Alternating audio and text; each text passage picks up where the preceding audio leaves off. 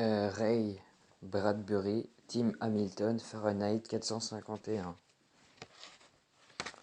L'adaptation autorisée d'un roman culte. Un soir de 1950, à Los Angeles, je dînais au restaurant avec un ami. Plus tard dans la soirée, alors que nous marchions le long du boulevard Wilshire, une voiture de police s'arrêta net et l'officier qui en sortit nous demanda ce que nous faisions. « On met un pied devant l'autre » lui répondis-je avec une certaine désobligeance. Le policier continua son interrogatoire pour savoir pourquoi nous nous promenions à cette heure tardive, comme si notre déambulation nocturne flirtait d'enregistrement avec une infraction à la loi. Irrité par cette mésaventure, je rentrai chez moi et me couchai sur le papier de l'histoire, intitulé Le Promeneur. Quelques semaines plus tard, j'embarquai à nouveau mon promeneur dans une balade littéraire où il rencontrait une jeune fille nommée Clarisse McClellan. La semaine suivante, j'achevai la première ébauche du pompier, longue nouvelle qui se mut en Fahrenheit 451 peu de temps après. Les années passèrent et avec le temps, je m'étais persuadé que Le Promeneur constituait la véritable source de Fahrenheit 451.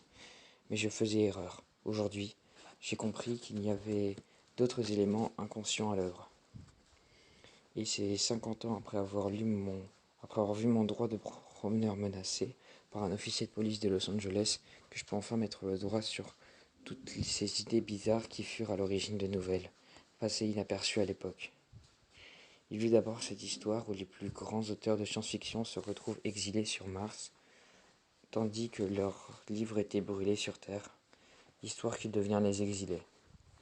Dans une autre, Usher 2, mon héros se plaint d'être rejeté en tant qu'écrivain fantastique par des intellectuels de la Terre qui raillent des figures grotesques qui apparaissent dans les contes d'Edgar Allan Poe et les consorts.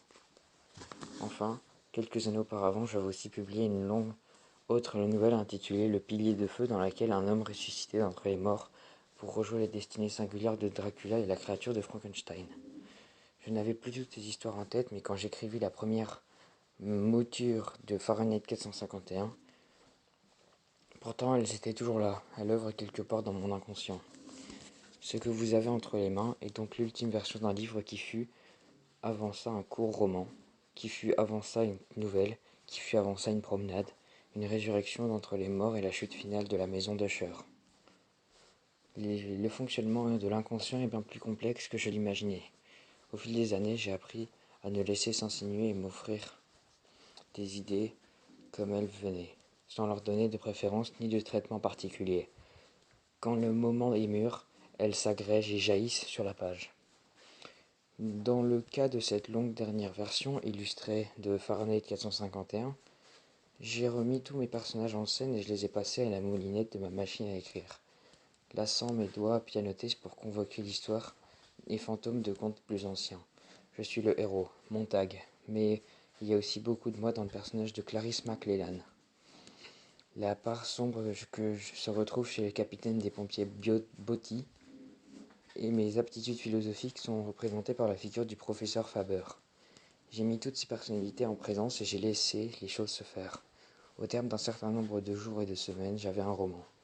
Heureusement que je n'avais jamais su, dans les 20 ou 30 dernières années, que ce que j'écrivais. Tous mes personnages dans Fahrenheit 451 ont eu leur moment de vérité, et je reste toujours en retrait pour qu'ils le vivent sans encombre. Ce que vous avez là est donc un pastiche de mes anciennes vies, de mes anciennes peurs, de mes inhibitions, de mes prédictions étranges, mystérieuses et méconnues de l'avenir.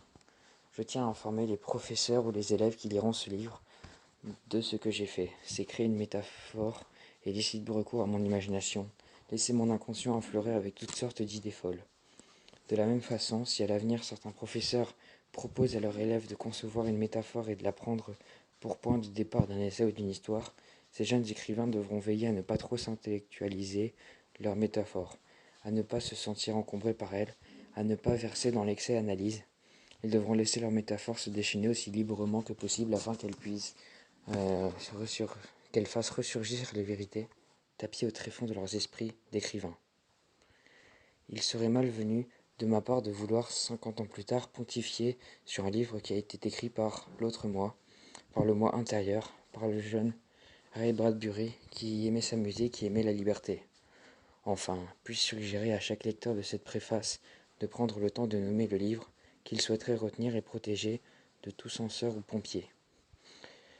Pas seulement le nommer, mais aussi donner les impressions pour lesquelles il aimerait le retenir et pour lesquelles il lui semble profitable qu'on puisse le restituer pour la postérité. J'aime à penser qu'on assisterait à une discussion des plus animées si d'aventure mes lecteurs se retrouvaient pour débattre du livre et qu'ils m'ont choisi et du pourquoi de leur choix. Ray Bradbury, juillet 2009.